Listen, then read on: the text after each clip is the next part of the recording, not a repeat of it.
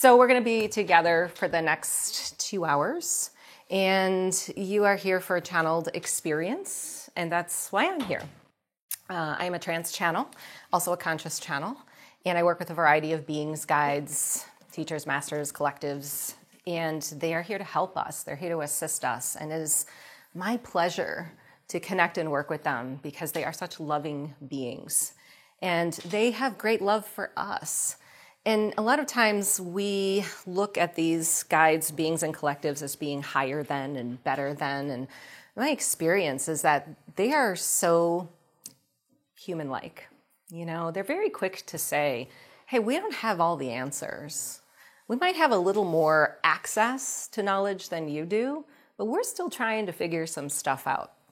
So I want to take that path today to bring in some information that I've downloaded recently that really opened my mind and eyes to the bigger picture of what's going on our planet right now.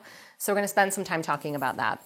But of course, I am open to all of you in the room and all of you out there asking questions, both during the trance-channeled portion as well as while we're speaking, because it just enriches the experience if I know what we need to cover. Before we start, we're here with the Flower of Life Center for Human Evolution, and we are a volunteer organization. We're based here in Michigan, but we have people around the globe who are assisting us in various ways. We do these events free of charge. We ask for donations, and I forgot the basket, Ethan, so someone might have to go out and find us one. We do pass a basket, and it's not mandatory. If you can donate, great. If you can't, that's okay. We put any overage that goes beyond paying for this room into our programs. We have a huge expo in Detroit, and it'll be our 8th this year in November. And you don't want to miss it. It's amazing. It is really the most unique event on the planet.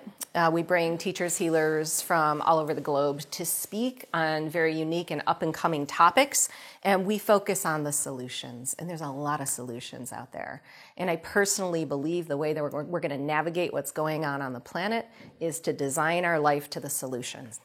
So if we're designing our personal life, with everything that's coming down the pipeline right now to support us, we're going to see a mass influx of that really holding on the planet. We also have a kids movement. So some of our donations go to our kids movement, and it's amazing. Kayla Casey, who's not here today, oversees that. These kids are incredible. They're intuitives. They know they're here to create technologies. They speak to extraterrestrials. They're artists, and they get together on a remote call twice a month to just chat about that. And we bring in mentors to guide them as well. And then we have a live event here in the summer, which is Weekend in Wizardry. And it's a hands-on where the kids converge. They get to meet each other. We have the teachers show up in physical.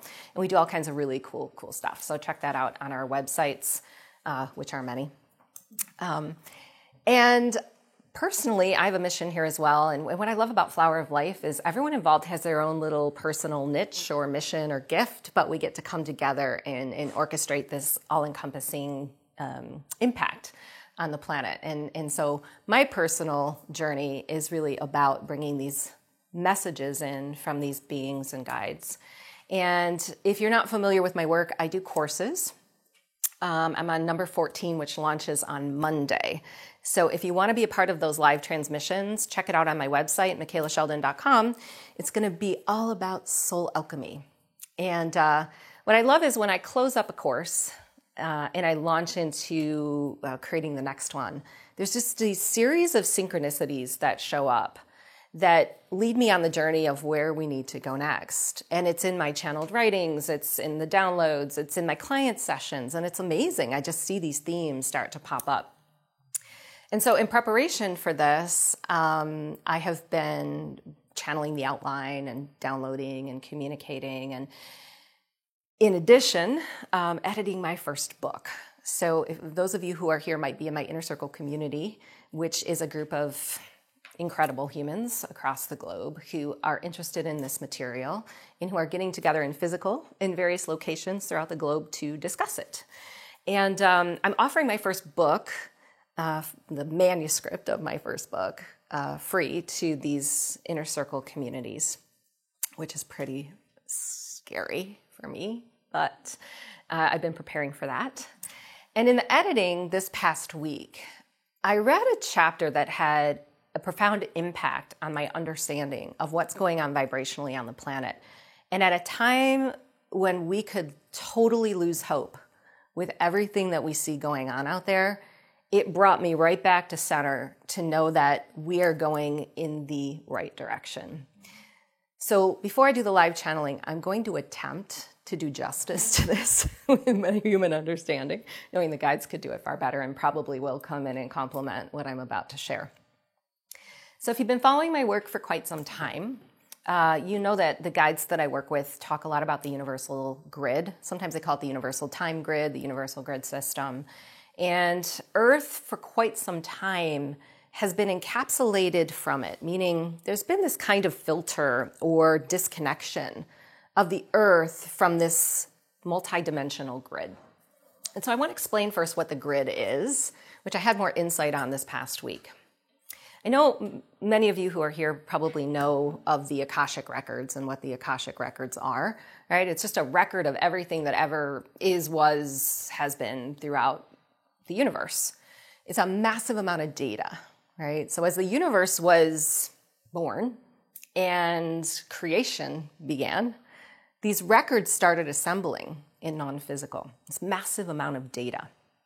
And so what the universal grid does is it takes this data and it organizes it, it orders it, and it shares it between various locations, races, and beings. Because we are all here to ascend together.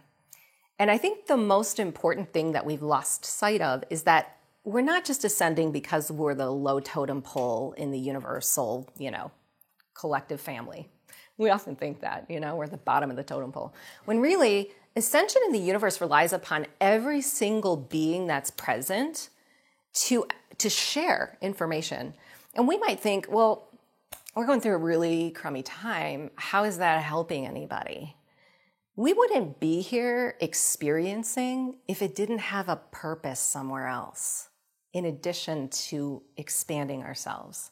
And that was the question that was posed in this chapter was, how is it that you could think you're just here to experience without that energy going somewhere else to facilitate something in the universe? And that really got me thinking, We know that we have multiple timelines running in this incarnation. And if you were here last time or you watched the last transmission, I talked a lot about the Earth experience and how we have our multidimensionality shows up as different identities and different experiences because we're vibrating in this really slow speed, right? So we're a mother, we're a healer, we're a daughter, we're a neighbor, we're a community member. This is how our multidimensionality grounds to the Earth. It's kind of crazy to think about, right? That we have all these multiple identities running in all these different timelines because we're in physical, but that's how it works. Okay, so when we take that up a notch, we have to consider that we're affecting every single timeline that our soul's ever been on in these different identities throughout time, right? So we take it a step further and say it's not just the people here on the planet that we're co-creating with or affecting. We're actually navigating some kind of grid work or design that's facilitating things elsewhere, right? So our soul has fragmented into multiple experiences beyond this incarnation. We're in this body vehicle, and we're having a singular experience that we're meant to perceive into, and it's important. I mean, we wouldn't have been, physical if we didn't want to have a physical experience. But as we've been encapsulated on the Earth, we have these codes within us, okay? And I've talked about this a lot. The guides call them ascension codes. And basically, these are desires, things that we saw before we came that we wanted to experience, evolve, or grow from. And as the planets revolve around our birth date, which we chose when we got here, we trigger these codes, which vibrationally helps us to move and continue to expand. Because let's face it, if we didn't have anything going on like that, we'd probably stay exactly where we are as humans. So these codes, which are, earthly from our perspective, tie into fragments of ourself in other earthly timelines. So if we're struggling with something, if we have a challenge going on right now, let's say we're sick, we have a disease. Somewhere on the earth, in another lifetime, we've probably healed that disease. We've had it before. We've dealt with it with a family member or a friend. And how these codes work is they're not just to trigger karmic experience, but they're actually meant to draw like a magnet information from other timelines that support us. Right? So we get to this stopping point where we have a disease. And that magnetic within us is saying, well, here's a set of options of experiences you can actually have of this disease. You've healed it before, you can heal it again, right? You understand it on an intrinsic level because of research you did in another dimension. Now, we don't literally get that. We don't go, oh, in another life I healed this, so I can do it again. But consciousness is what allows that to happen, right? So as we've awakened our consciousness, we've opened this bandwidth to participate with the Akashic field. We see more options or perspectives, not only because they're actually available to us, but because we are retrieving and receiving vibrational feedback from source, the universe, the earth, our other lifetimes. Like, that's how supported we truly are, okay? But this got a little backwards on us because of this encapsulation. If we broaden this even further, the universal grid system is meant to do the same thing. These codes are not just earthly, they're cosmic. So we've been a Pleiadian, we've been an Arcturian, we've been an Andromedan. We have actually created advanced technologies. We have been an advanced healer. We've done all these amazing things. And all of a sudden we can see that kind of coming into our awareness. Not literally like, oh, I was an Arcturian healer. But it's like, oh, I could do this here. This is something that I have the ability to do here. This is a signal that we are reconnecting to the universal grid. Because what's happening is we're triggering the codes and we're connected to a field that's greater, our consciousness has raised. And now we have an influx of opportunities that are totally different than the ones that we had before. So that healer might have perceived themselves as the third dimensional doctor. Nothing wrong with that, no judgment there. But now that third dimensional doctor is going, I could do this as a medical intuitive. Where does that come from, right? It comes from the Akashic field. It comes from the Akashic records. And the vehicle through which it arrives is the way we connect to the universal grid. So what's happening right now on the planet is we are opening this field of potential that we have never even had before in a really long, long period of time. And I think this is how we were designed and always meant to work, but simply been carried away from. So the more we perceive ourselves as a part of a universal cosmic family, the more we reinstall those connections vibrationally that we have been cut off from. Really, it's that simple. How we perceive anything, ourselves, our environment, the things that are going around us, or going on around us, is the platform upon which we reconnect to more data. Because we're not here and we're not here to suffer. We're not meant to suffer. We're meant to be challenged. As a matter of fact, the way that chapter that I was editing said this was, every expansion relies upon a contraction. But the problem is that contraction is not meant to be something we experience for a really long period of time. Like, we get stuck in the contraction. And so we experience the contraction over and over and over again, and we never allow it to expand us. I mean, if you've ever had the universe step in and facilitate an awakening for you, that's the universal grid system at its best. Because when we're so contracted that we can't go anywhere or move, we get to a point where the universe steps in and energetically says, let's help you along, right? Let's get you back into the flow of where you're supposed to be. And that's often when things start to fall away, break apart, we lose the job, we lose a relationship, all these other things. So that's how it works. But we don't have to go that route. We don't have to go that route. So let's take this collectively, and I want to raise this discussion to what's happening on the planet. Soul fragments, which I think is a huge, huge part of what's going on right now, and why I think we're actually headed in the right direction at a time that seems really difficult. So we've had this huge raise in Schumann, If you guys have been watching, Schumann frequency has just been going through the roof, through the roof, through the roof. This is further evidence. This is just confirmation, because what the Schumann is a capture. It's a capture. Like an acoustic resonance, an acoustic sounding board deep within Gaia, saying, what's the vibration of everything upon me? And let me take that and put it into one measurement and send it back out. That's how we actually assist awakening. As we raise our vibration, we're actually holding the space for those who can't. And Gaia picks up all of that vibration and sends it out as a signal. So again, to me, that's a good sign that this Schumann keeps raising, because it's showing me that there's a lot of people on the planet who are holding a pretty high vibration, right? That being said, we have to also consider that we have potentials that we've created. So the Akashic field is not just about what has manifested. It actually contains every potential manifestation we've ever created. And we have many, and I talk about this a lot. And this is one of the most profound realizations I've come to in my work, is how many potentials we have.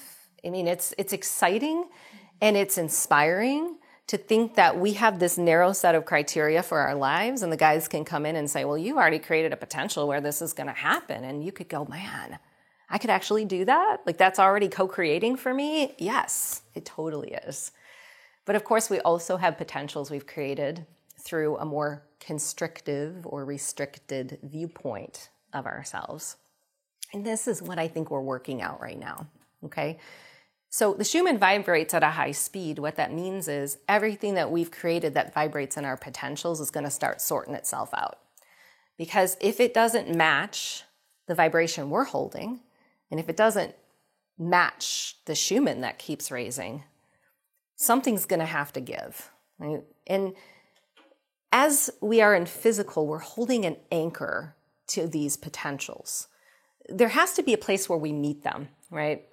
There's a very adept healers that can go into our potentials and navigate that design and say, all right, we got to pluck these things out. This is holding you back. Or there's some past lives that you've brought in or magnetized that aren't in your best interest. But it's hard for us to rectify that on a daily basis. It's a lot of stuff. It's a lot of information. We're a huge vibrational vault of information. So there's this natural evolution, I believe, that takes place. And so what I'm seeing right now is we have this kind of very fast influx of soul fragments that are coming from the cosmic universe. These are those parts of us that I talked about where we've been the healer, the teacher, the intuitive, we've built technologies and all of these things. And we see all these potentials, and it comes into my sessions constantly. Like, I have all these, I don't know, I could do this, I could do that, I could do that. You totally could do all of those things. And the guides say, go the path that resonates with you most, and they'll collapse upon each other, okay? But what about the fragments from the earth that are still vibrating in our field that don't match the excitement or where we believe we're heading? We're rectifying those as well, and it's happening super quick. So one of the things I've noticed, and actually the guides took me through it, is that this can happen in dream state, and it can happen really quickly in meditation. And you might even see it in your field. How many people are repeating past experiences really quickly? Yeah, that's what this is all about. So these are potentials, right? You had a past experience. It didn't go so well. Maybe you were in fear about it. You didn't handle it very well in the now.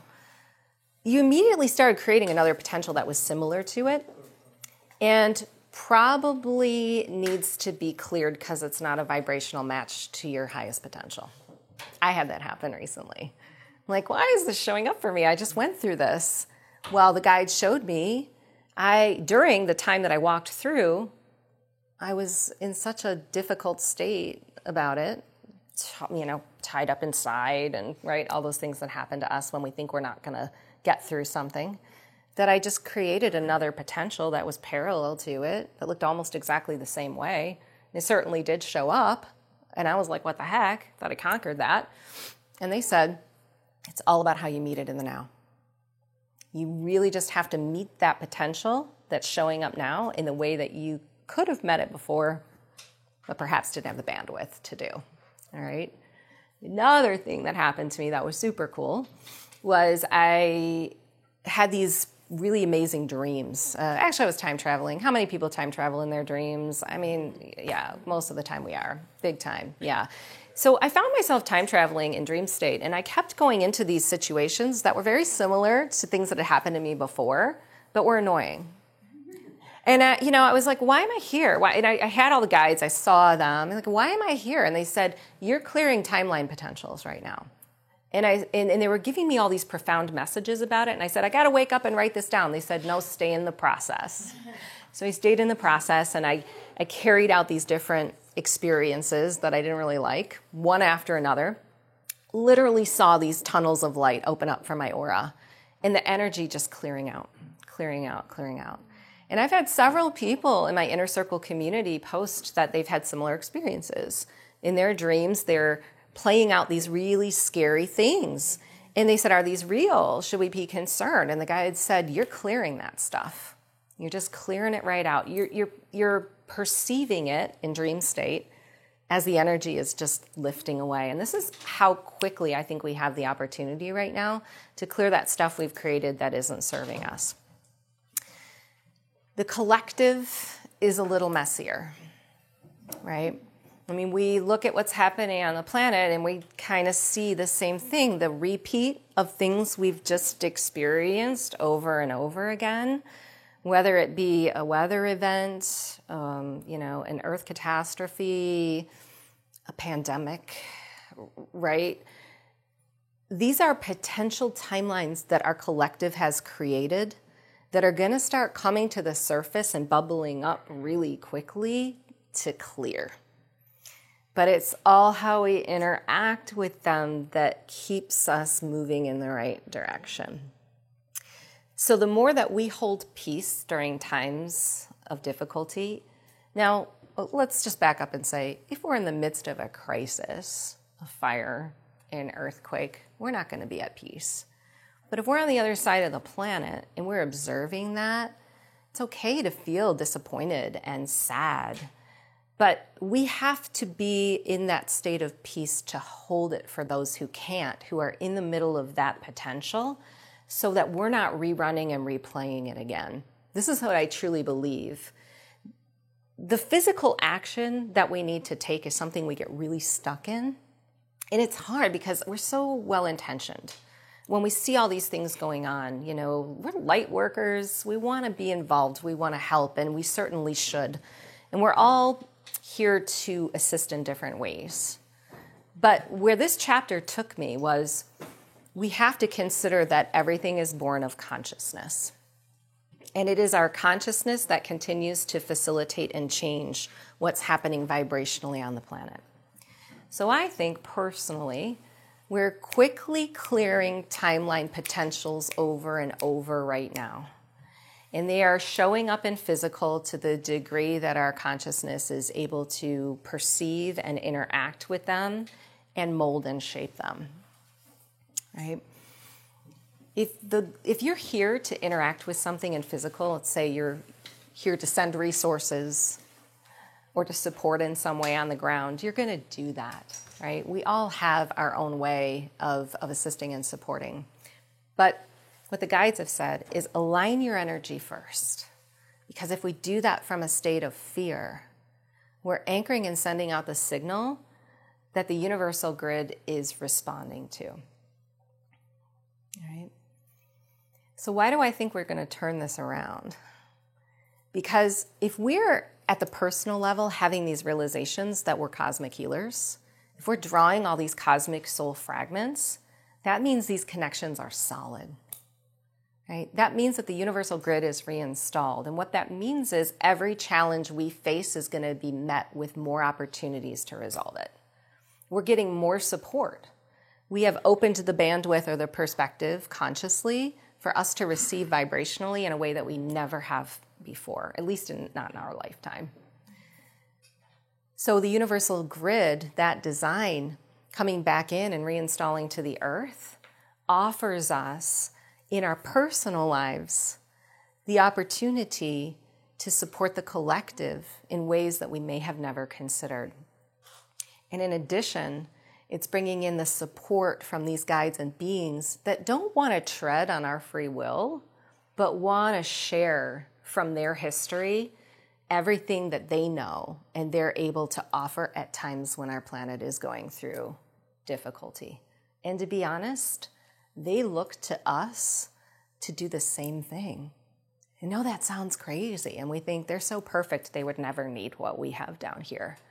But they rely upon every challenge we face as valuable currency to face challenges that we couldn't even perceive in our human minds that they go through in their star systems and on their planets. So this is an amazing time, even though it's a really difficult time on our human planet to be alive, because I think that we personally have more power to vibrationally affect change than what we ever have before. In addition, I believe we have more resources and support coming in from the cosmic universe in ways we can't perceive, but is shown to me in the potentials than we ever have before. So we're meant to continue to perpetuate this. We're crystalline conduits for those reconnections. We're literally running them through our energy field. And every challenge we face in our personal life is actually moving the planet into a beneficial position in this grid to connect further. That's literally how it's working. So I commend everybody for being here for choosing to be here at this time together, and for, I don't even like to say doing the work. I kind of hate that phrase, doing the work, but for being present and being willing to be vulnerable with what is in the moment and addressing that differently, because that's the quantum relationship. That's that anchor between what we've created and where it manifests. Any questions about that? No. Okay. So we are going to do a trans-channeled experience. I don't know who's going to come in today. We're going to pass a basket, as I mentioned. If you can donate, great. If you can't, no problem. Oh, you do? Go ahead. So I don't know if it's related. Oh, sorry. Can you grab the mic just so everyone outside? Because we have a lot of people. Thank you. So I wanted to know the difference between us and your guides that you're talking to. Obviously, we're both living beings, so what sets us apart? Dimensional access sets us apart. So what I believe is we hold density as physical beings. And density is looked at oftentimes as something negative, and it can be negative. This is a big discussion, but I'm going to try to succinctly, Our physical bodies are a dense material simply because there's a lot of light in one dense location, right? So our skin, our bones, that's light vibrating in a really dense form. But also, we have the ability to imprint energy. So we can look at our bodies and say, wow, our bodies really suck. And we imprint that energy with a weight, okay, which becomes dense in its frequency. So what I believe is that we are physical, but that doesn't limit us to dimensional access. Right. We've limited our physical experience by the way we perceive it. So we've created this dense filter that doesn't allow us access to dimensional information. So the only difference between us and these light beings, which we're really all one, so there's really no, we can go up that chain and say they can identify themselves to us however they want, but we're all the same. Exactly. We're all one. It's all a fragment of ourselves. But they have more access to information that we don't have access to because of that density. Okay. Right? So like Barb, she has the ability to see in different dimensional fields. So she's sitting in this room and she can see that they're already here. We have guides, beings, Pleiadians, Arcturians, archangels, angels, your family members, right? They're all here. They all exist in this space. But your physical density doesn't allow you to perceive it. So that's what I think the key difference is. Every dimension that you go up isn't necessarily better, but it has more access to information. Okay. Does that answer your question? Yeah. Okay. Thank you. You're welcome. All right.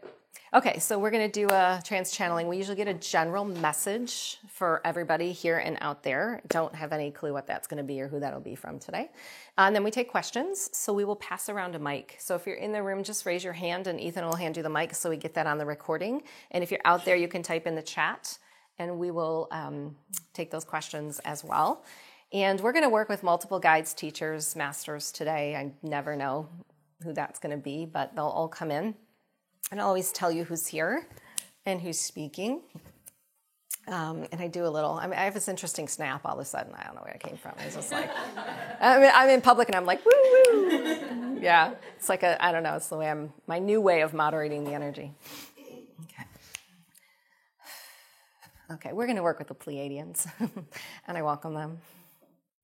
We are the Ninth Dimensional Pleiadian Collective, and in love and light and service to all of you, it is our distinct pleasure to always be present and share what it is that we see from our vantage point. Not that it is far greater than your own, but that we have specific assignments that are meant to work with the earth and in concert with humanity to support your ascension timeline. And the true purpose of that work is to ascend ourselves.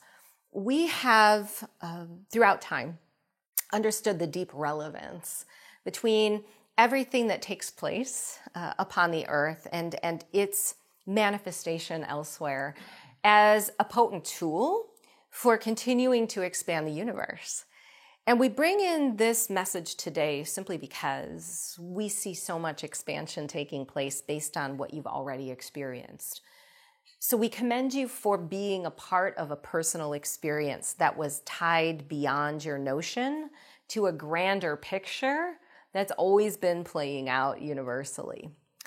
That being said, we know that it's also important to support you in these physical journeys because there are times when you see that which manifests, which is not leading you to believe the work that you do or the perceptions that you have are actually making a significant impact upon the planet.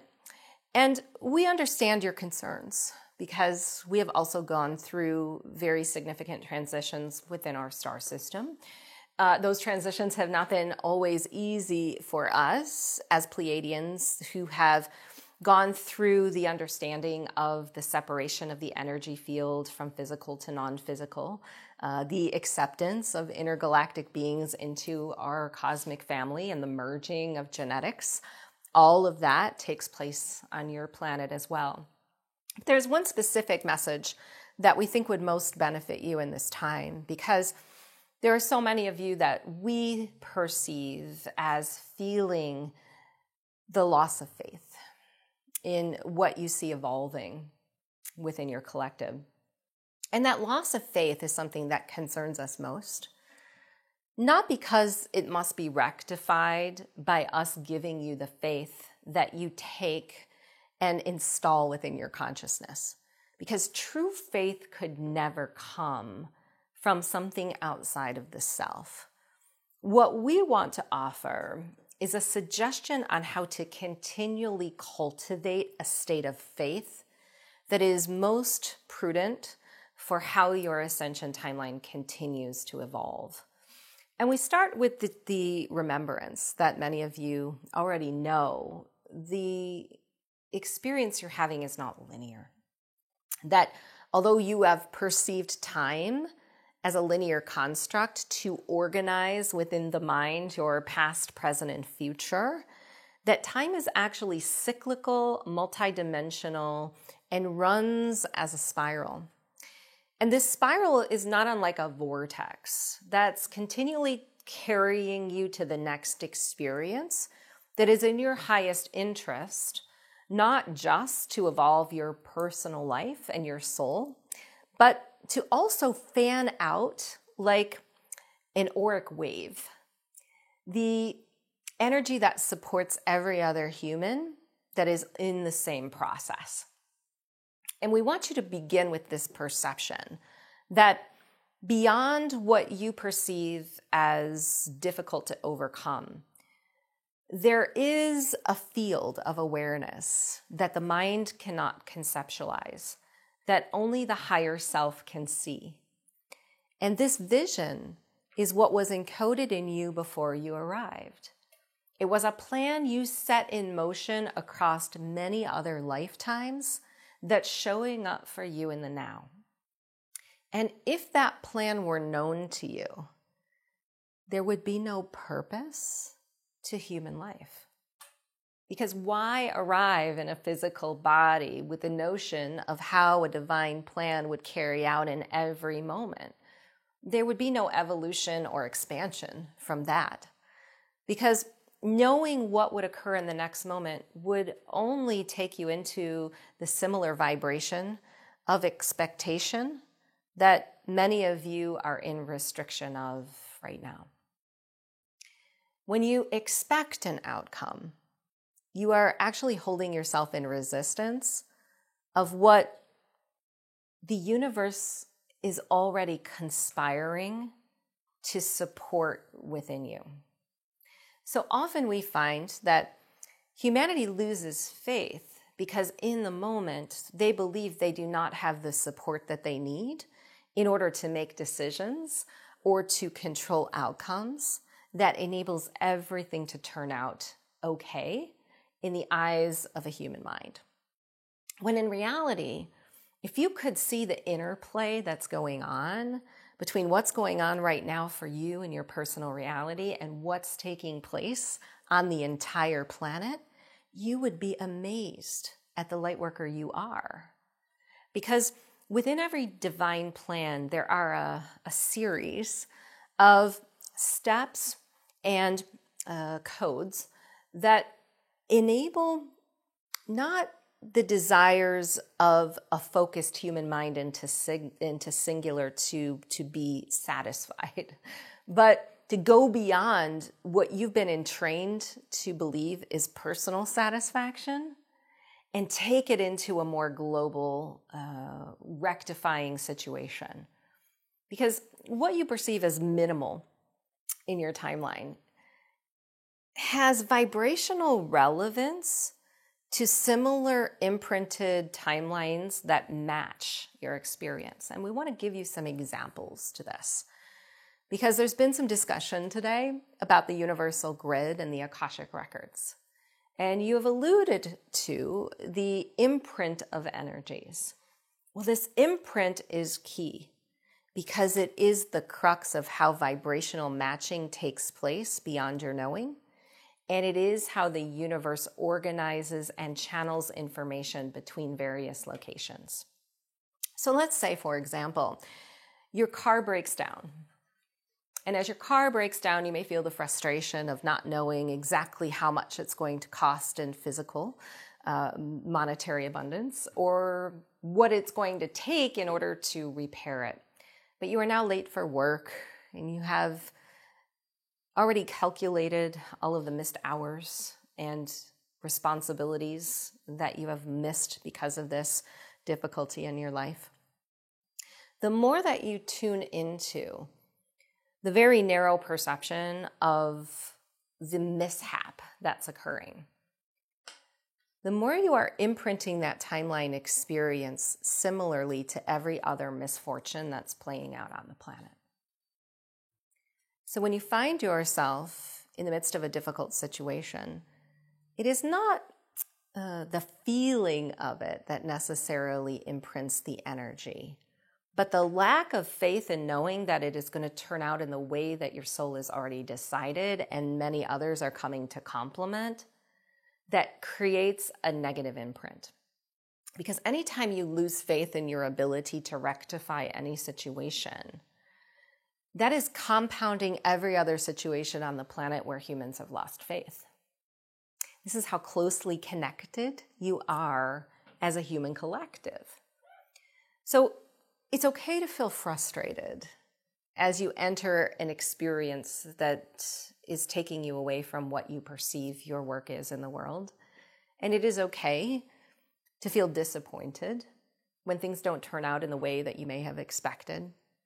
It is even okay to feel angry or sad at a situation that has shown up in your physical body or in your experience with other humans. But when you perceive that you have to control the outcome and that unless you control it, it is not going to turn out in the way that is the best for everyone involved, you have now created a chain of events vibrationally that fans out through your aura in the same way we have just described. So it's okay to feel angry and it's okay to feel sad. But what your higher angelic self knows is you can still come in and coach your soul with the grander knowledge that there is something playing out beyond your knowing. And that every code vibrationally within you that may be facilitating outcomes is drawing from a wide spectrum of options. And as you remember this, options show up for you as to how to rectify situations. Sometimes we believe there's only one way to solve a problem, and in that one way, we are going to experience a lot of inconvenience and difficulty. But when our higher angelic self kicks in to say that there's a grander plan and more support than what we perceive in physical, we have now set a beneficial chain of events in motion that enables us to receive from a wide field of information that is going to naturally and very gradually steep in to our physical experience to help us magnetize exactly what's needed in the moment. And we want to bring the quality of patience in as something that we know is difficult for the human collective to truly activate. Patience doesn't mean we're waiting out something that we expect to come. Patience is in the mystery of the unknown that our soul has already paved the way. Patience and faith is knowing that what is unseen could be far better than what the mind could put into physical steps in the moment. And it only takes the interruption of the breath to bring you back into the present moment to allow that process to unfold. Because we believe that the lack of faith often stems from a pattern that humanity has run through time that carries them quickly away from what's happening in the present moment in such resistance that they perceive into the future ramifications of how the present moment is going to turn out. And although projecting into unknown circumstances can be a valuable practice for humanity when done in lack of resistance, we see the automatic response of humans to project into future timelines with fear and negativity being one of the most difficult things that you're facing right now as a human race. Because as you continue to project these outcomes, you continue to cycle in the third dimension where there are potentials that you've played out before that arise in front of you to be met with a different consciousness. And so we leave you with this. If you are a consciousness and the original God experienced itself as consciousness, that consciousness is the most valuable tool you possess to interact with every situation that's taking place right now. Because what you rectify in your personal timeline has an immediate and potent effect on everything else that you see. And we're very pleased to take questions. Hopefully this makes sense. So in my personal life, and I'm sure other people in the room have experienced this, there have been a lot of times where things are happening really fast. Like a lot of timelines are merging, a lot of synchronicities, like it's all of these connections are being made, and it's very, like I'm very aware of it in those points in time. And then sometimes it kind of falls away, like where you're not experiencing it that rapidly. So, I mean, are we supposed to be like really like kind of like, I feel like I'm always supposed to be collecting this information or like trying to connect the dots further, but then there's a part of me that just thinks like I should let it go and just, you know, kind of like you're saying, like just kind of let things happen. And then whatever's kind of meant to, because everything's merging together for a reason that I usually can't see going on beyond myself or beyond those situations. So I'm just curious, like, should I be looking more into those things or should I just let it go? Yeah, so we're the Pleiadians, and we appreciate your question because we believe there are several answers embedded within it. First, what you're experiencing as very quick transitions in your timelines is happening globally. And the reason for that is the sheer speed of vibration that you have attained. Because you have gone through a very significant portal or gateway as you've entered the linear year 2020. It is a more multidimensional experience that you're having than you ever have before.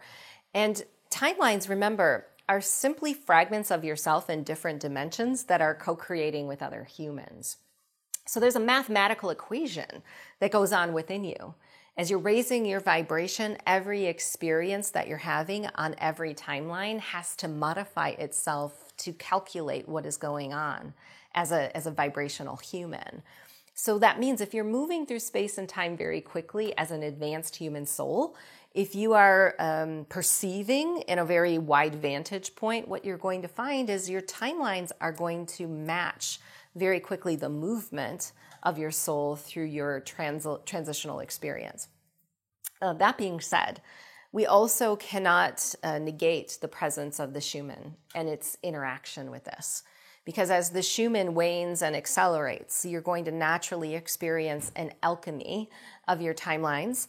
And the difficult experience we see most for humans is their inability to hold on to things that are evolving around them. In a sense, you're creating so quickly and you're moving through space and time so quickly that the magnetics between what you're creating and what's within you are no longer matching. So there are times often that you will experience after very quick movements that are rest or integration periods. And we know that many of you worry when there are dormant times in your timeline experience, but these are necessary. They are most necessary because if you have gone through a time of very quick evolution, your vibrational access is expanded. And now the information that's streaming in from the galactic universe has to be integrated by your mind, by your heart, by your emotions, by your spirit. And as this integration takes place, it's not that you'll be stalled so much in physical, but the physical may be now a point of attraction for you. You may be called to pay very close attention to rectifying things that are no longer a vibrational match to you or best served by your highest good, to clean them up in essence, or to make space or room for what's coming next. But it is the understanding of this that we most want to address, because although we know that it is a very well-intentioned practice and activity to take notes and try to connect dots between different experiences, we believe this is a very, we'll say, profound waste of currency. And the reason for this is that the more time you try to rectify what's gone on in the past with relevance to the present, the more currency you are holding in that past that isn't available to create the new. Because by the time you've walked through an experience, that experience has created an imprint within you that really isn't valid anymore where you're headed. So when we talk about imprints, we relate them to density and simply say that sometimes we walk through experience and it gives us an imprint that is unworthy of who we are becoming. And if you're always present to the thoughts that are arising and the emotions that are arising, you will naturally combat these imprints in a way that keeps you moving vibrationally without having to consider that there's something going on that you must understand. So we think a better practice is to be as present as you can right now with what's happening and let what's happened before be your guide to how you feel in the moment. And we'll give you a tool that we think is very potent on your planet right now. We've offered this tool before. Many of you are familiar with synchronistic number patterns. And these are most likely showing up for all of you in abundance right now. These number patterns are simply showing you the universality or multidimensionality that you've achieved. You are built on patterns.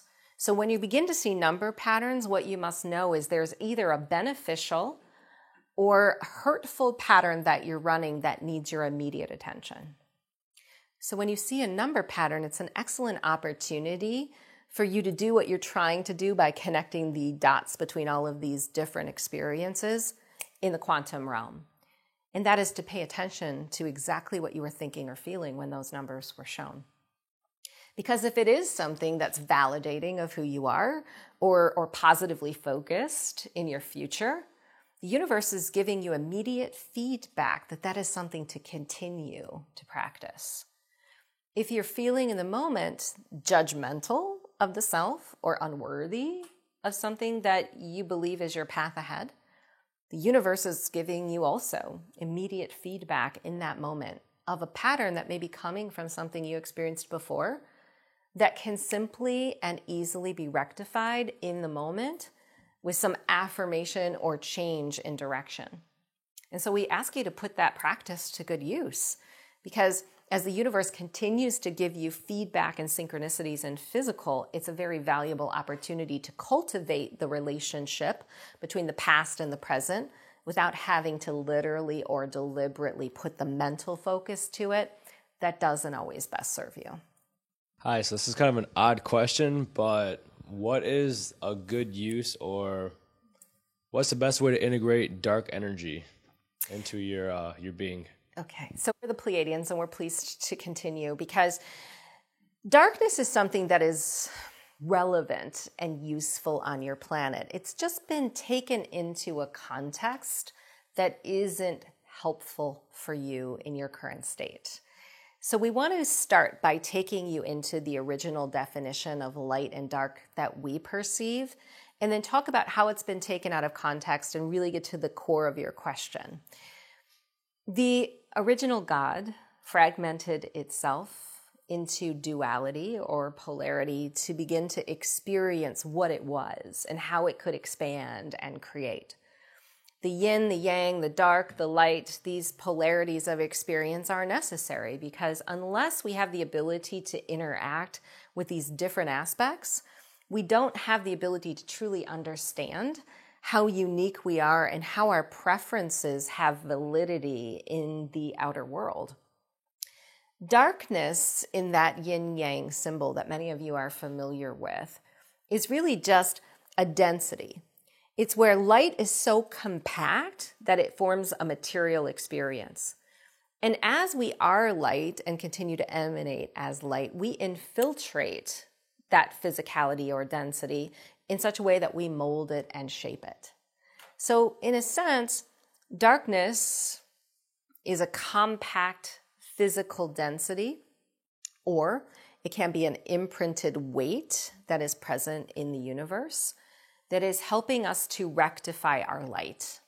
It's helping us to understand the potent light that we are and how it manifests through the darkness. Now, of course, on your planet, we could get into great detail about your history. And we know that many of you are familiar. There is a reptilian consciousness that is present here. And that reptilian consciousness didn't necessarily intend to bring darkness or evil nature to your planet. But this reptilian consciousness is a species that evolved with a very advanced mind. There was no need for an emotional body or any connection to empathy because this race had evolved beyond that and utilized their advanced mind as a projection tool to manifest.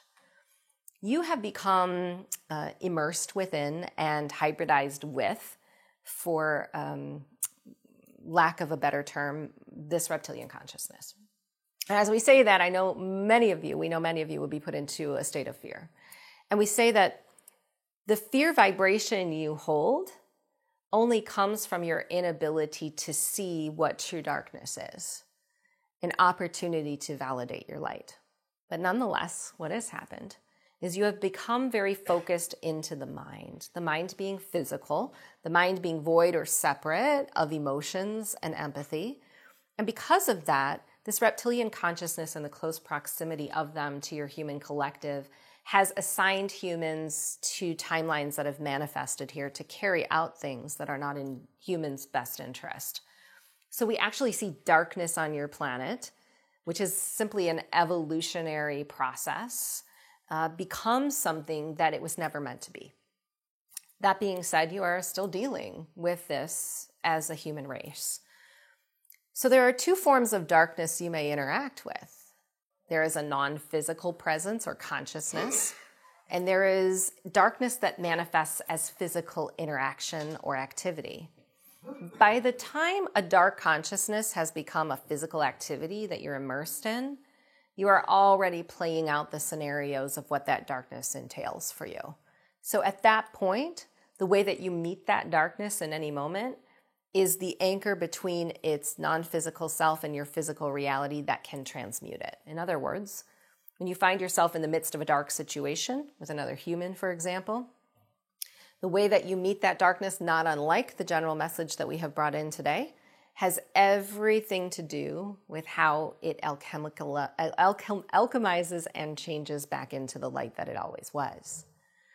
But non-physical darkness is something that has been most misunderstood by humanity. And darkness can have a variety of different spectrums and bandwidths. The simple way that you speak to yourself on a daily basis is perpetuating a dark, dense, heavy energy. And everything that is stated to the self as a consciousness becomes the magnet for its likeness outside. So as reptilian consciousness has merged with you, and as you have become more discouraged, less self-aware, lost your faith in humanity and the self, began to become challenged by difficult situations, perceived yourself up against a false set of criteria, you have created personal darkness within, which is the magnet to an energy that is prevalent on your planet. Even though reptilian consciousness is a part of every human, it doesn't mean that every human is affected by that consciousness. So we say, in response to your question, you must start within. Everything that you speak to yourself is a tool of awareness that is drawing, like that magnetic field we've talked about in the universal grid, its likeness, because this is how the universe works. You have to rectify your current self-image, the freedoms that you've restricted, the way that you perceive yourself in comparison or judgment to other humans. As you do this, you are rectifying collective timelines that also are perceived to hold darkness. But you are now holding space to blend darkness and light into one. And this is the way the human design was always manifested, to not hold on to darkness or light, but to actually walk through experience as both, transmuting and using the light to move physical and to continue to evolve such that the light didn't perpetuate beyond the darkness, but changed the dimension and the speed of darkness into something different than what it is today. So we simply see humans moving through time and space so quickly that they're going to rectify that darkness that appears as physical manifestations for future generations to experience differently. But the key is always within. So we take you back to that inner voice and we say the practice is to listen carefully to everything you speak to yourself, everything you judge upon yourself, and to the parts of you that you have yet to compassionately accept and recognize as needing healing. And as you allow yourself that healing, the darkness need not be of concern to you, because it will continue to evolve simply as experience that becomes lighter in form. I'm interested in learning more about how we can tap in and use our consciousness, our higher self, or our oversoul to heal what potentially what we have injuries like Michelle talked about earlier, as far as having traumas or illnesses that we have sustained either in this lifetime or even in past lifetimes, that we could potentially tap into ascension codes that we have available to us, and in learning more about how we can heal ourselves using those with our consciousness. Yeah, Yes. If you could speak more about that. Absolutely. And we're actually bringing in the whale collectives. I welcome them as they step in. And we first say very succinctly that your technology is doing all of the work. So the oversoul, the higher self, and the soul are meant to work in concert. And in some of you, they certainly are. In others, the soul and higher self are more complementary. And others, they've come in with a very advanced oversoul. There's no judgment or better or worse than in this area. Some of you are simply here to be focused in a specific container in order to do the work and access the gifts that you have available to you. But in terms of illness, as a perfect example, we want to bring in how your technology is meant to work and simply say that often it is not the lack of the technology, but the simple fact that you're getting in your own way that doesn't enable the healing that you so desire. So the higher self is a crystalline container that is focused on earthly experience. The higher self has notion and immediate access to every human experience running parallel to the one that your soul's currently embodied in, that is playing out and has relevance to who you are in the now, or even who you are becoming in the future. The higher self is also a facilitator of collective consciousness and how we are tools of manifestation for how co-creation takes place at the level of the earth. The oversoul container is your galactic ally. It is the part of you that retrieves, contains, and organizes your past lifetimes from the galactic universe. And as you experience something like disease, what the soul may know is there is a distinct purpose to your collision with that experience. You may, simply because you are here as a healer of it or meant to transition it on behalf of the collective, be playing out the human condition necessary to meet what was in the Akashic records, to transmute it with your consciousness. So the most powerful message we will bring you back to is that every experience you have and how it is met by your consciousness is the catalyst for how the technology is able to support you. Because as you manifest a disease, an illness, or a sickness, and you project into future scenarios or are restricted by the confines of a diagnosis, or simply find yourself in lack of faith or belief that it can transition, you're blocking the very influx of information and energy that these containers naturally facilitate. So the Pleiadians have brought in a beautiful message today about peace and patience and faith. We believe these are the 3 pillars to you navigating what your technology is already doing and bringing it into the physical realm.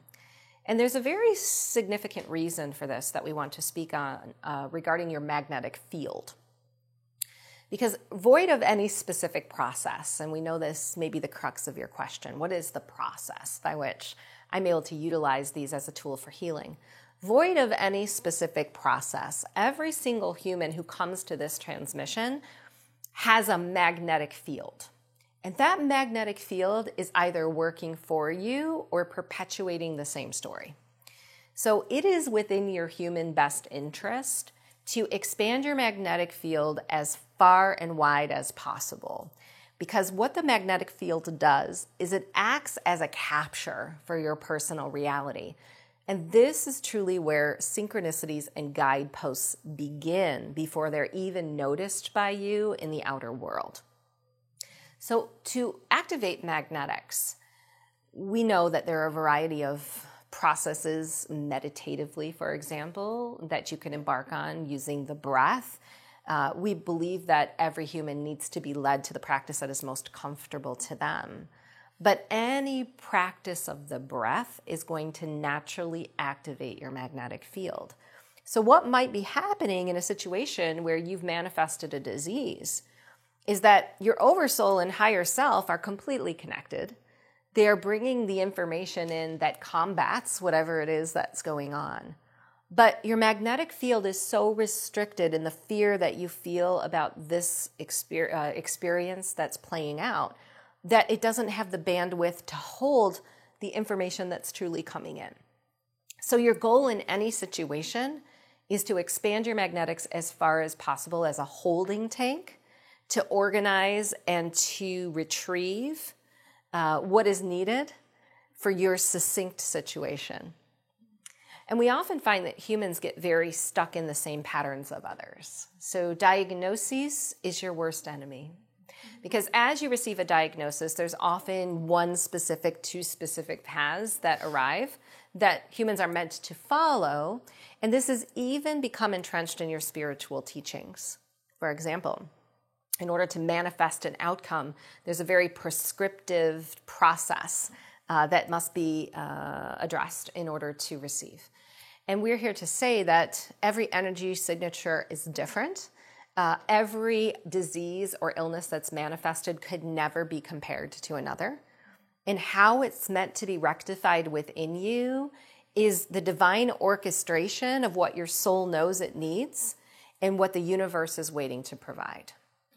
And you simply need to get yourself completely out of the way and expand that magnetic field while holding faith, patience, and lack of resistance to the outcome. And as you do this, you may feel that you are not efforting enough in order to resolve what is taking place. But this is where the true magic happens. Because if you are patient enough to allow that magnetic field to do the work for you, you are going to be and we will back up to say, and if you are present enough in the moment to see where the magnetics are offering the signs, synchronicities, and guideposts, you will be led on amazing journeys that you could have never concocted in the mind, nor could another human have led you on. Book that I was led to read 3 times, The Light Shall Set You Free. The author channels and writes from many ascended masters. And in it, she talked about that many humans, she talked about that there's celestial beings here and human beings here, and that we all are working to help with this ascension. The human beings are in groups of thousands, like 1,000, that they all are meant to help each other to rise together, almost like mini collectives. And yet the celestial beings, many of the star workers here, may not have very many human experiences like myself. My higher self let me know I only had about 3 past life experiences here, so I've really tried to learn to acclimate myself. So my question is how may the star seeds here, the celestial beings here, be able to easily work and unify with humans so we can relate with each other better? Yes, we're the Syrians. It's quite a contradictory message, isn't it, to arrive here as a soul on this human planet with more of a focus in your cosmic lineage. But we see this happening every day, that there are souls making the decision to arrive in a human body who've never had any lifetimes as human upon earth. But as we say this, we want to remind you that many of you who are here, and we wouldn't define as celestial or otherwise, because again, there are many spectrums of light and information that humans and human hybrids carry. But many of you have been here before humans were even seated. You arrived at times when you were the multi-galactic conduit between ascended masters on Earth and many others who were receiving wisdom, teachings, and healings. So to say that you've only had 3 lifetimes on Earth as a human is negating every other cosmic experience you've ever played a part in that has been from the other side of the Earth dimension. And these are the ones we see that are most coming back in abundance. So for all of you who find yourself in situations where you are alone, yet knowing you have a grander purpose or assignment, it is truly just a matter of time between when you connect with the humans that you are meant to and work in concert and what you're experiencing right now. And the reason that we say this is that on a massive scale, there's a grand vibrational reorganization at play. And as many of you have been experiencing the difficulties of the 3rd dimension, you have been separate of so many others who have been having the same experience. Like a crystalline conduit dropped into the earth, you were assigned a very specific geographic location that may have been very dense in its population, that may have needed some activation of elements deep within the crust of Gaia, Sophia, for example. And these assignments took place oftentimes without your conscious knowledge. And when you often find yourself separate of the human collective, it is a time in which the inner navigation is most important. It's the time in which there is some self-realization process going on that is significant to the path that you will be taking in the future. And so this grand reorganization that we speak of is more of a multidimensional consciousness that's being held here. And what we believe that you're saying is you find yourself more focused in multidimension than you do on your earthly experiences. So as this works itself out, it has to be beneficial in connecting with other humans. Now, we also want to bring in the realization that often very advanced light workers, even though they may not have had many earthly incarnations, have taken on karma from multiple timelines that are not their own. We see starseeds, for example, who have never lived a human life, decide to come to the earth, but have to ground here and hold some density as well as connect somewhere in the earthly Akashic record to navigate their reality, because there is some purpose to what they are bringing in. And unless they understand and rectify the purpose as a human soul, they have no bridge to be able to bring the multidimensional solution. And so this is also a part of how light workers, starseeds, for example, experience their realities, is that there's something about their human experience that doesn't feel natural to them. The families that they choose don't resonate with them. And we have also observed that there are many human souls that choose to be in relationship as parents and children who've lived multiple lifetimes, also accepting a soul into their family consciousness that they've never lived any lives with before. This soul often feels that they are on the outside of that family lineage, when really they have a very specific assignment beyond just working at the collective level. This family unit that they've magnetized has some great pattern within them to overcome. And you are often the guidepost to how that pattern can be seen in a different light. So as you continue to evolve here and as the earth continues to advance, allow yourself to be drawn to the situations and humans that are most resonant to you. This being a difficult statement because we know your resonance is very high, and many humans have learned a different type of relationship than those who are coming from a more galactic ascended past. But the resonance is key, and we believe that resonance will naturally draw what it needs in order to continue its journey. My question is, what is the best way, or how would you recommend to go into the unconscious and pull forward talents, gifts, and abilities that we know are there and are ready to come forward, but there's still some resistance to that? Yes, this is the Jeremiah Collective, and they're so pleased to step in. The gifts and abilities that you carry within you have never been absent of your life experience. This is one of the most valuable messages that we can bring forth in this time. You have planted seeds throughout your lifetime that may show up not in the realm of the perception of others and what their gifts and abilities are, but could only be understood or known to you. Now, as we say this, it's not necessary to take a full life review to understand this, but to truly look at where ease comes in to some offering to humanity that is very unique to your experience. And we'll give you an example of this. There are some that are working in an office setting, and they are simply a natural magnet to humans who need to release some energy. They may have had a difficult day at home with their children, or they may be facing a difficult experience with a family member.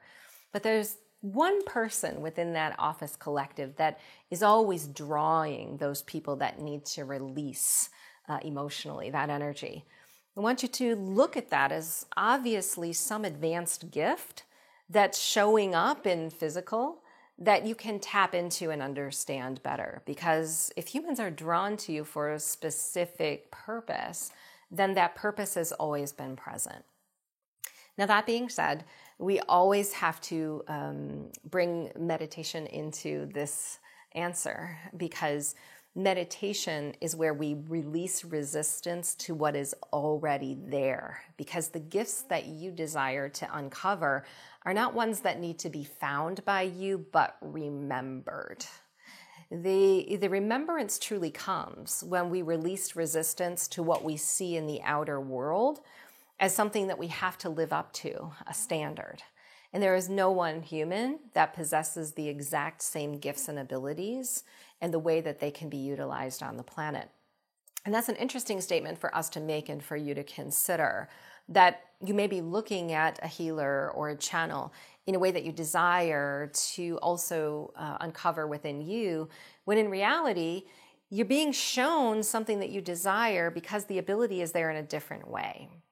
So instead of looking out in judgment to criticize or to measure up to something that you desire, look at what you desire as a sign that there is some ability that is being shown to you that already exists. Because desire doesn't come from nothingness, true desire, that is. Desire shows up as a sacred pattern that flows in and gives us warning that something is about to happen. So if we have a desire to uncover our gifts, we must know that there's some energy already moving us towards that discovery, and all we need to do is to get into alignment with it. So we say first, to start some active meditation process that doesn't focus on achieving something so much as it does releasing resistance to what you believe you must achieve. And as you bring in the breath, and we have alluded to the fact that magnetics expand, magnetics are going to draw processes, wisdom, guidance from other sources that are also confirmations of what already exists with you. Often what we've seen is humans will take a specific course, for example, and perhaps that course is Reiki. As they embark on that Reiki course, they are not there to learn the Reiki so much as they are offered a container to experience the unique energy that they have within that was always present, but will come out simply because they've been offered an opportunity now to facilitate it in some way.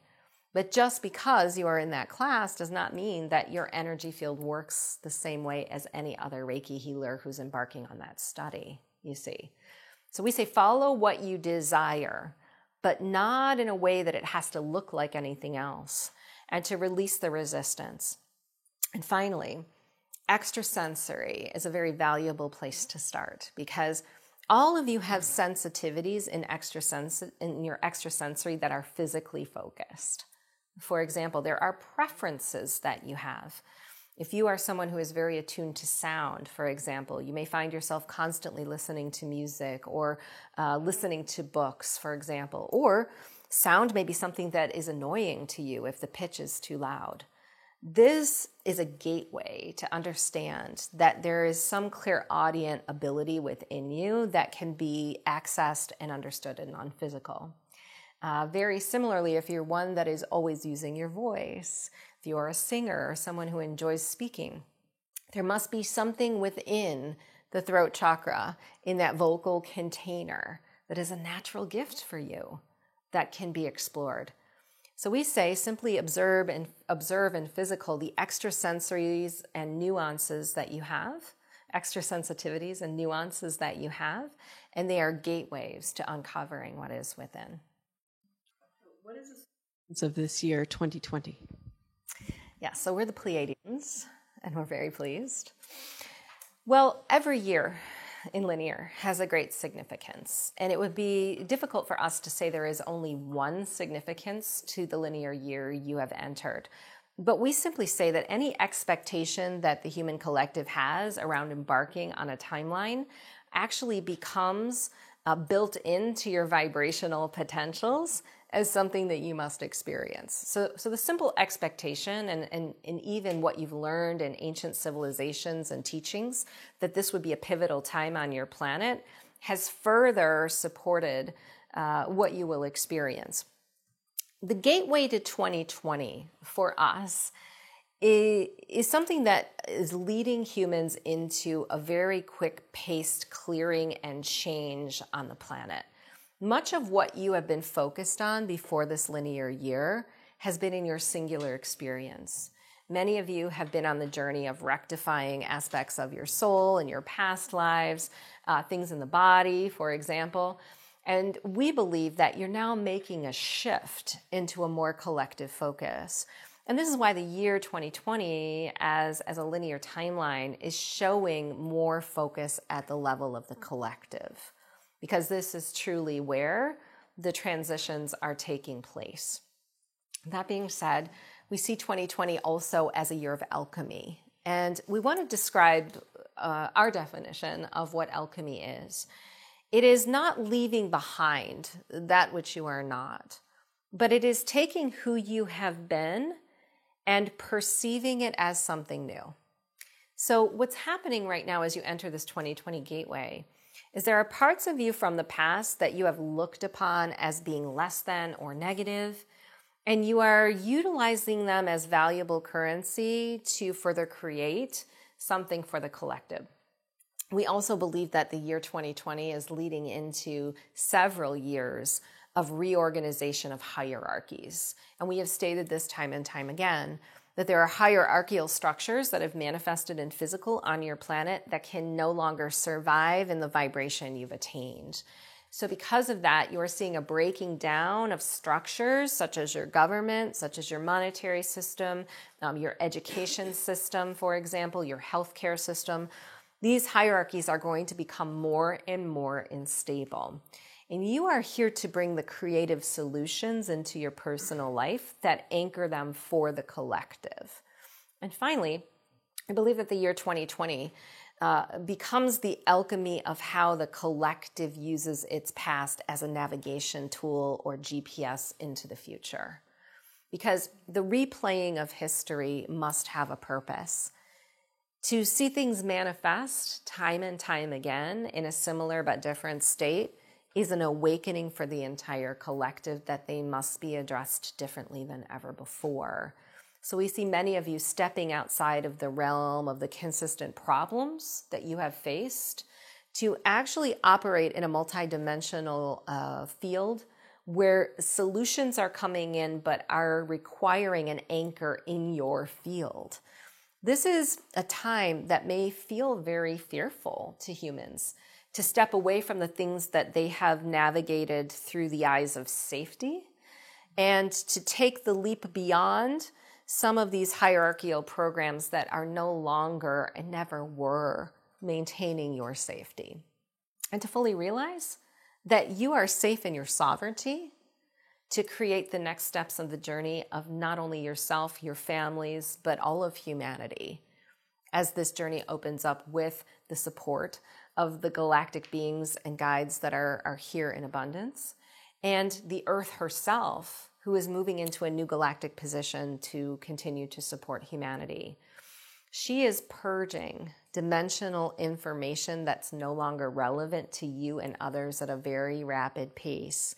So it can feel like parts of you and your collective are dropping away instantaneously. And we know that this is met with some challenge and difficulty. Yet at the same time, it is so prevalent and necessary to open the space for the new. Can you give us a practical application or a practical process to help us move through fear or relax into fear? Yeah, so this is Gabriel, and he's very pleased. You see, what is interesting to consider is that fear and excitement are two very similar vibrations. And we know that as a human, it seems quite opposite to feel fear versus excitement. But when you are feeling fear, fear has a distinct purpose in your human reality. It is not that you're meant to be without fear, but it is that you are meant to feel the fear that moves you forward with a new vision or realization. So what we perceive is that humans become very stuck in fear as opposed to using it as a valuable tool to move them forward. So first, excitement and fear being the same vibration, anytime you are feeling fear, it's typically because there is some perspective that you have focused on that is creating in non-physical beyond where you are now. So the first step is to bring yourself back into the present moment and to question everything that is causing the fear within you. Because what we notice is oftentimes the fear comes from some perceived outcome that hasn't taken place yet. Or it comes from something that is unknown that you are perceiving as known. We'll give you an example. If you are battling with a disease like cancer, there are many outcomes that have already been determined for humanity. And the fear comes from perceived outcomes, a very narrow set of criteria to focus on. But if you challenge those outcomes as to the degree that your divine plan is unknown, then all of a sudden every thought that you're having that's leading you down the path of fear becomes irrational because it can't be validated in the now. The quantum field of presence is the only place where fear can be alchemized into excitement, or even we like to use the term of faith. Because excitement is when we believe that there is something going on beyond our knowing and doing that is paving the way for us. So if it is a very difficult circumstance that is causing you fear, we believe releasing the fear can be going through those potentials in the mind that is causing it, even if you are writing them down, for example, to simply release them from your field. In other words, humans believe if they practice the ideas that are fearful, they are going to anchor them more and more. And to some degree, we believe that's been true in your linear past. However, we have already explained that the Schumann frequency is very high, that you've already transitioned into a new position in the universal grid. And because of this, as you are creating potentials and reviewing them and tuning into them consciously, questioning them perhaps, you may begin to obliterate them from your field. In other words, go through all of the prescriptive potentials for what's causing you fear and meet them head on with the realization that perhaps they may occur for you.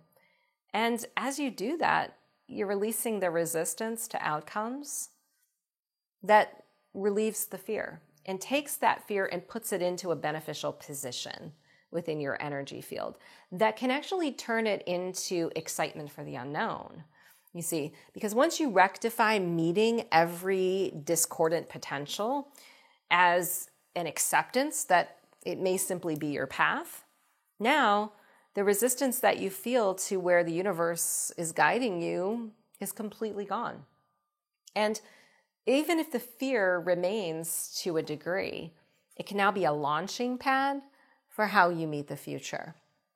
And we know that many of you get very caught up in spiritual practice in order to change a fear vibration. But sometimes we observe that this can actually catapult you into more fear and discordance. And the reason for this is when you're in a state of fear, attaining the vibration of peace and meditation is often difficult as a soul. And so you begin to judge how you are not a good meditator and that meditation is not supporting you, or perhaps you've negated spiritual practice and in some way you have not been spiritually receiving or worthy of any specific outcome. So if meditation or spiritual practice benefits you, we say gravitate to it if it relieves the fear. But if you find it difficult, then abandon it for some physically focused activity. Take your mind outside of the fear by navigating some physical activity that puts you in a different vibration. If you are in fear, be present with a very natural element in your environment. Take a walk, for example, through a wooded area and pay very close attention to everything on your path. And as you do this, you're placing your present moment awareness in something other than the experience at hand. These times will naturally break your vibration into different bandwidths that leave space for what your plan wants to navigate and allow you to unfold. We'll summarize by saying soft questioning is a very significant tool that we advise. Not the questioning that leads you down the path of negativity. What did I do wrong to deserve this? How is this going to hurt me in the future? But how is it that I can utilize this experience for my highest and best growth? How is this experience challenging me to become a better person? What can I bring into my life in the meantime that will facilitate joy and excitement while I feel the discord of the presence? These softer forms of questioning truly benefit you by taking the reptilian mind that's truly been focused and manifesting in a negative way out of the picture and actually challenging it from a subconscious state to begin to think differently about the path ahead. Thanks. How can we help family members and people around us that have lost their will to live? Thank you. Yeah, so this is Mary Magdalene. Every soul that comes forward as a human in this life is challenged by specific human conditions that they have either chosen to address or in some way have chosen them to be a part of. And we know that isn't a comfortable statement to accept. But nonetheless, when there is a soul that is no longer willing to live, it is such a crossroads of the importance of their human story that they've arrived at, that the consideration between life and death is showing the extremity of the transition that's going on within them.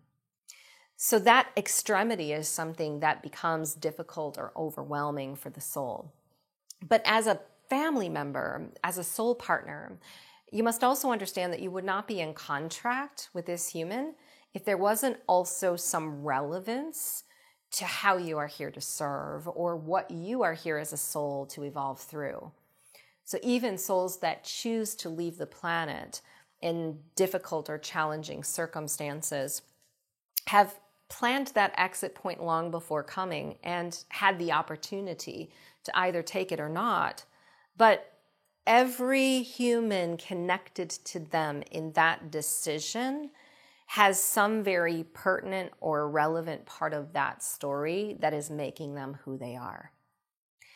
So if that is the case, that as a family member, you are in contract with another soul to offer and receive, the ability to control the outcome could never be beneficial. And the reason that we say this is controlling the outcome of another soul is not only tampering with their free will, but taking you out of the quantum realm where all possibility that they're meant to receive from you can be accessed. So instead of trying to put them into a situation where they conform or are healed, when you resonate and become present with exactly how they are feeling, you become a crystal gateway or a corridor to allow whatever is clouding their vision to be transmuted. And even if that soul decides to move beyond this realm, the presence in the quantum realm that you offer as a soul compassionately resonating with how they feel allows that passage to be something that you will know you impacted long after this incarnation. So as you stay with that soul and experience with them everything they're experiencing, even bringing up relevant situations that you've experienced in your own life, you are creating unity in a situation that seems completely impossible. And that unity is felt as support by that soul that can navigate decisions differently. Because we find that those souls that take an easy or early exit in the midst of very traumatic situations have often felt the lack of resonance and support. And as well-intending souls have desired to change their circumstances or situation, they have felt as if they were being criticized for being exactly where they are. You see, this message we bring in for you is not unlike the message we bring in for healing all of humanity and restoring unity consciousness on the planet. As you interact with humans, You are the crystalline corridor or gateway in the present moment for allowing them to see that we are all one. That everything any human has ever experienced or been challenged with has been also experienced by us.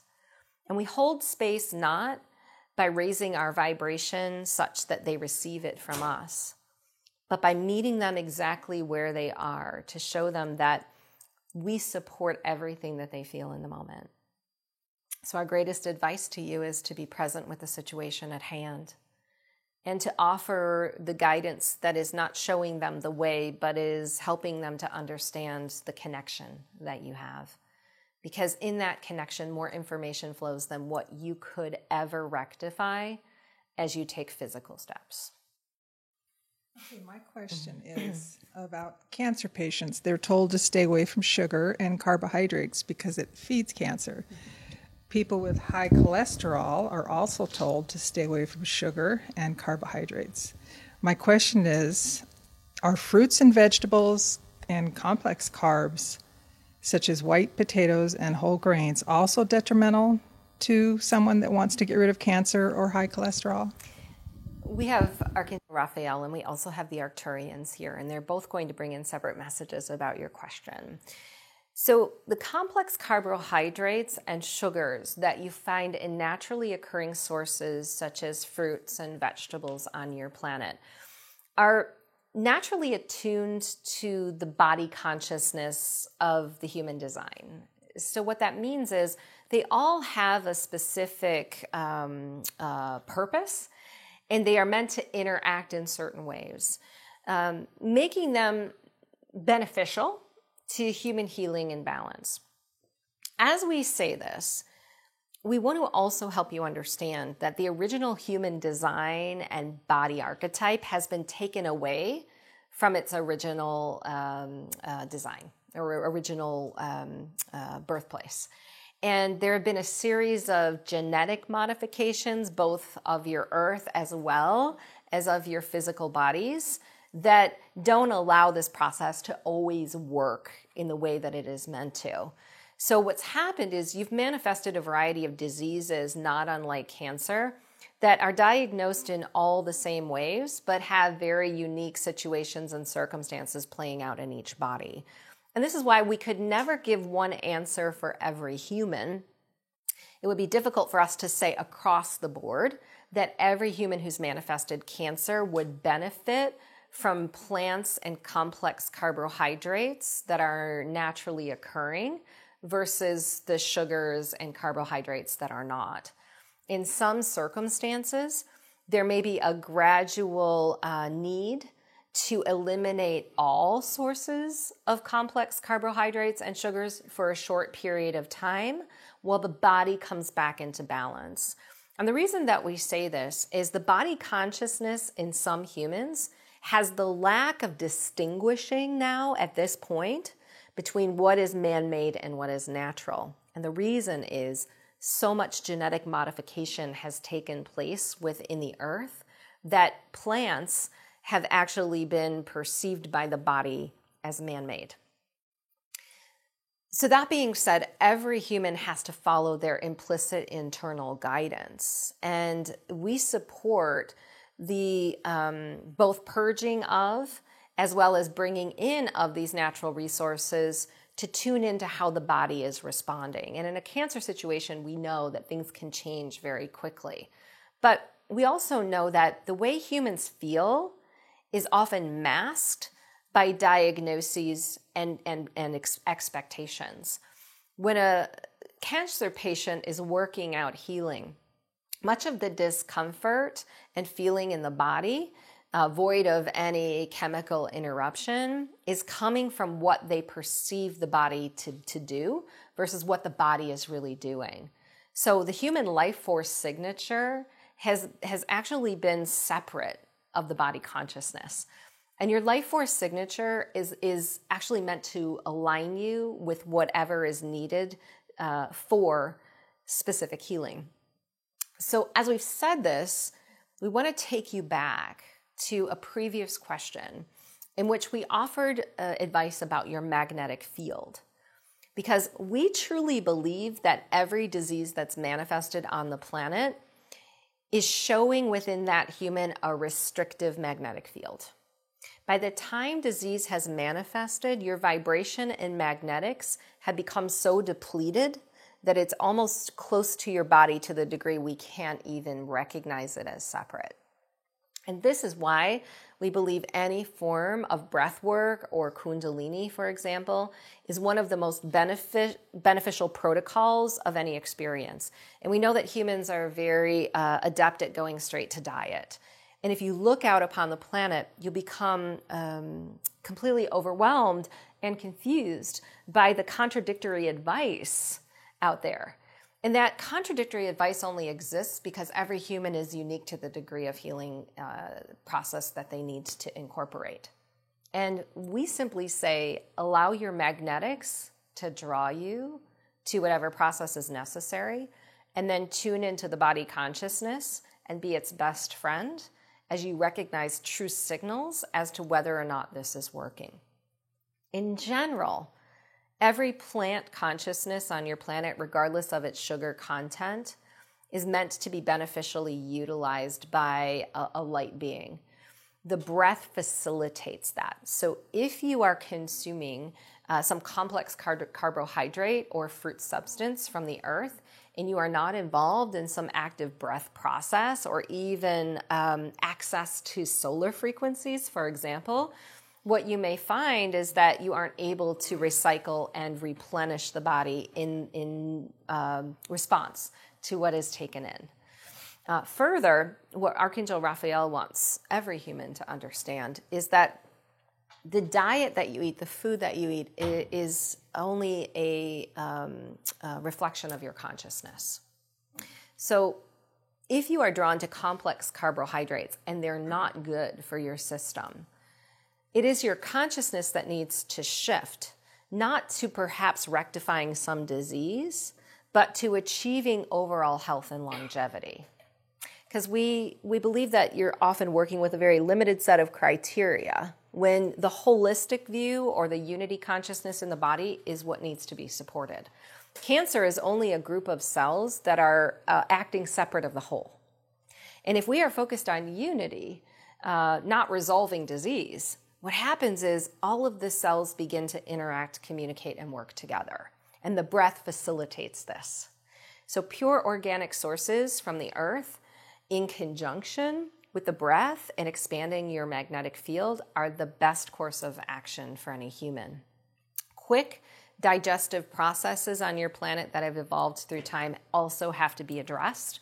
We believe that the best course of action for anyone who is digesting to heal a disease such as cancer is to look at the way that they've been consuming in a state of stress or fear and rectify that succinctly.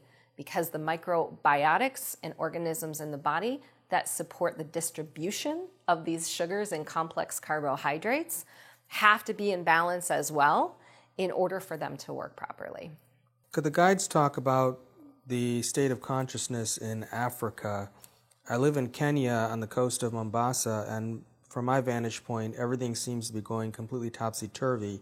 Governments are becoming more restrictive, corruption is rampant, and I was just wondering where Africa stands in connection with consciousness evolution. This is the Council of Light, and they're very pleased to address this question. We see the continent of Africa being no different than what is taking place collectively on the rest of the planet. And the reason that we say this is if you look at every collective and geographic region, there is some form of restriction that is taking place. And we'll take you back to the original message of the Pleiadians, where there is an expansion and contraction that is necessary for how humanity begins to evolve. And you are simply experiencing a state of contraction in which multiple forms of energetic hierarchical structures are needing to reorganize.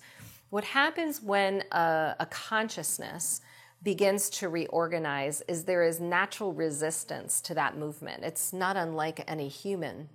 When things around you begin to change in your lifetime and feel unstable, there's a desire to hold on tightly to the things that are melting away and not working out, because it is an issue of safety. There is something within you that wants to maintain its current state of being.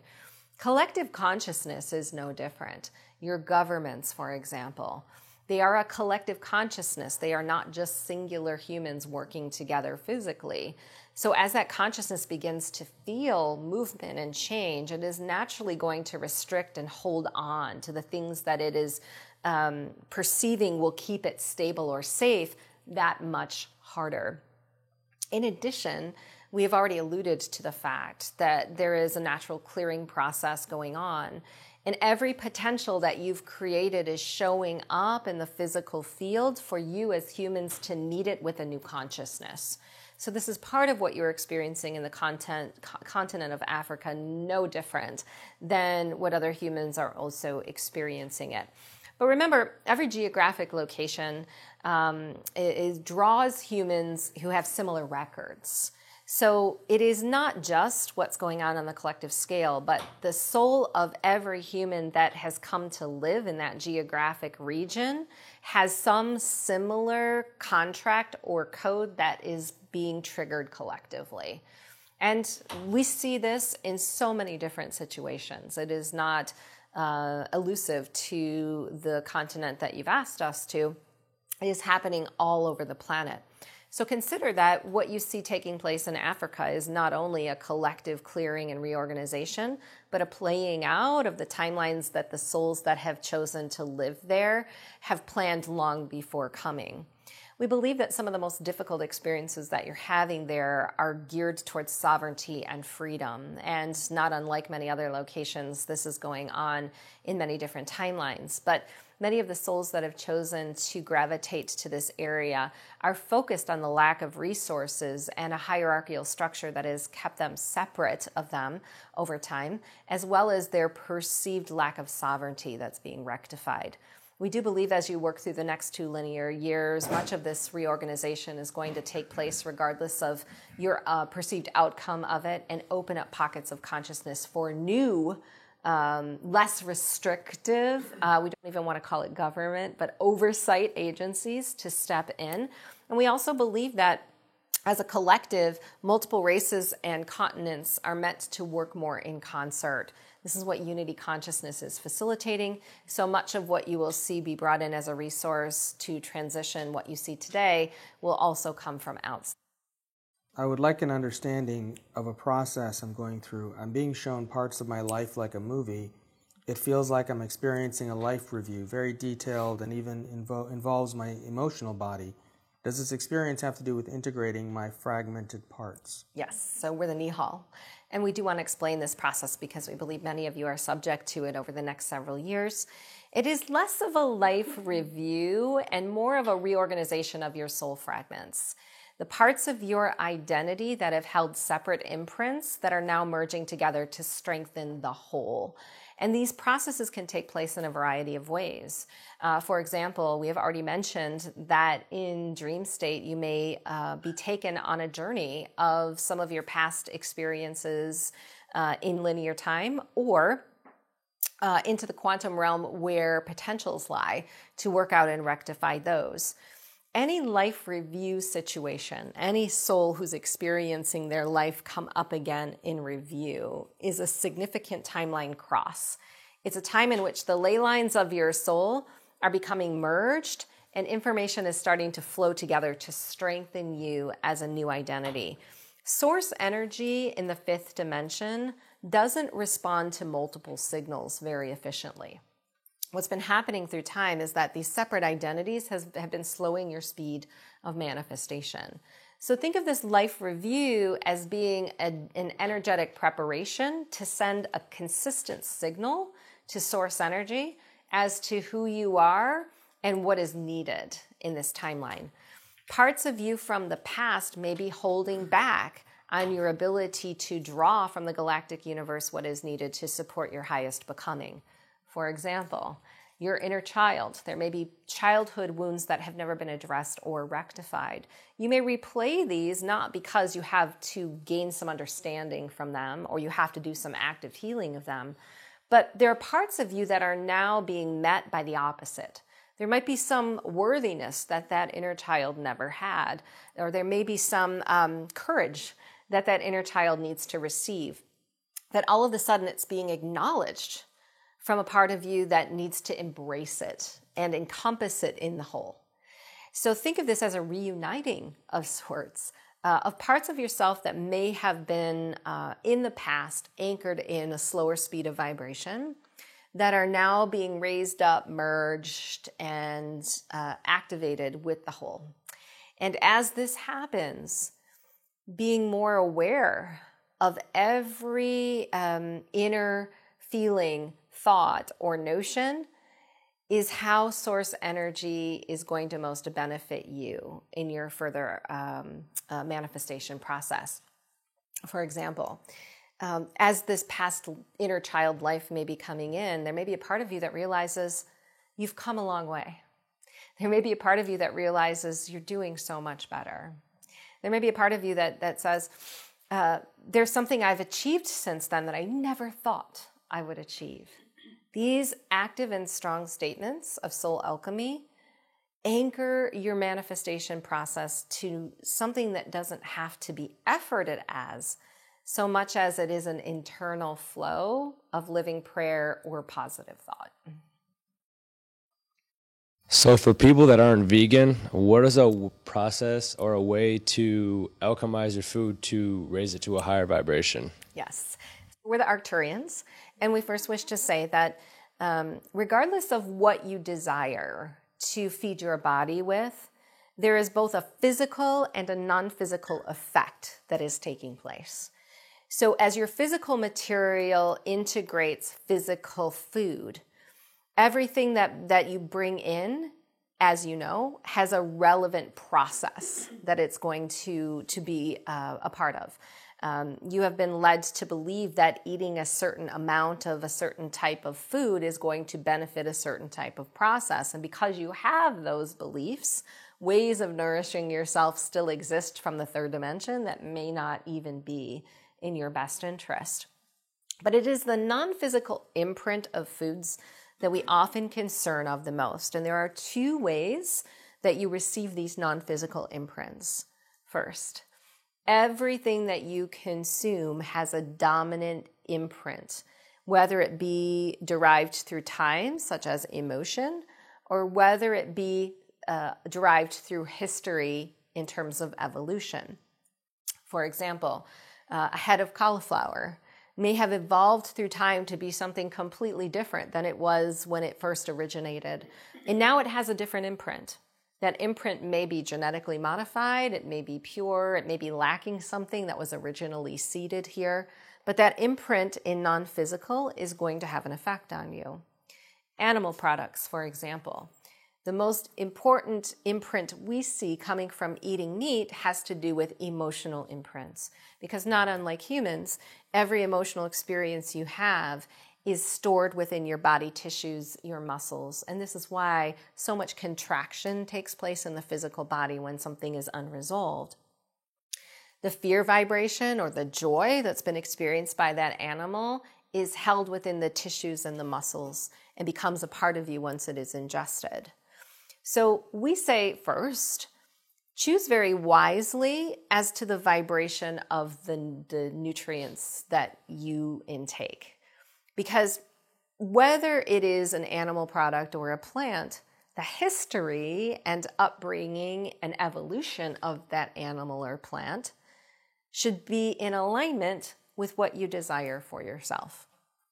But there is a way to rectify these imprints as well. We want to offer it to you with the caveat that you're dealing with so much emotional density as humans on this planet that the more you can be attuned to bringing in physical support for a lighter consciousness, the better off you will be. But if you do bring a density into your field, How you perceive that density has everything to do with how your body accepts or rejects it. For example, when you are eating something that you know you should not eat, the judgment upon yourself or of that food creates more dense imprints than it could have ever contained before you ingested it. So the way you think about what you're eating, the way you perceive the meal, the way you perceive the nutrient source of that meal is like a living prayer that alchemizes it and changes it to your highest good. So experiencing joy and appreciation and gratitude for everything that you are consuming naturally allows the body to utilize it as a valuable tool or deconstruct and detoxify it very efficiently from the body. Further, we simply want to add that your microbiome is a consciousness, and that microbiome has been hijacked through time.